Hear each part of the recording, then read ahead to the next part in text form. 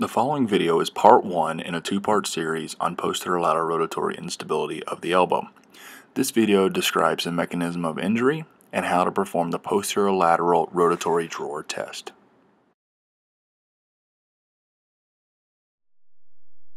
The most common mechanism of injury for posterolateral rotatory instability of the elbow is an axial load followed by valgus and supination.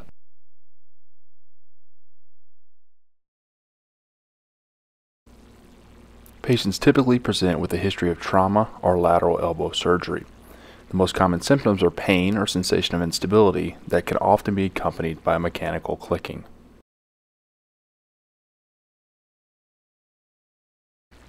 Although a number of special tests have been described, the posterolateral rotatory drawer is the most critical portion of the physical exam. It is performed with the patient in the supine position and the arm overhead. The forearm is held securely in neutral rotation between the examiner's arm and upper body. A posterolateral force is then applied to the radius. If needed, a gentle valgus torque can be added to accentuate the instability. Note the clear subluxation of the radial head here.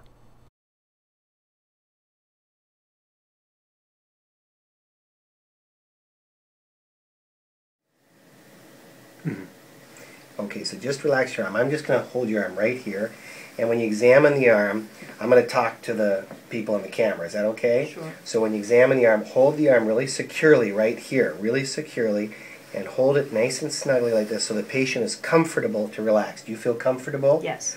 And are you hurting in this position? No. Okay. And that's a very gentle movement. It's not a forceful movement. I'm just gonna kind of slop your elbow. I'm just gonna flop it around a little bit like that. It's not gonna really hurt. It's just gonna feel a little bit strange. Okay? Are you okay with that? Yep. Okay.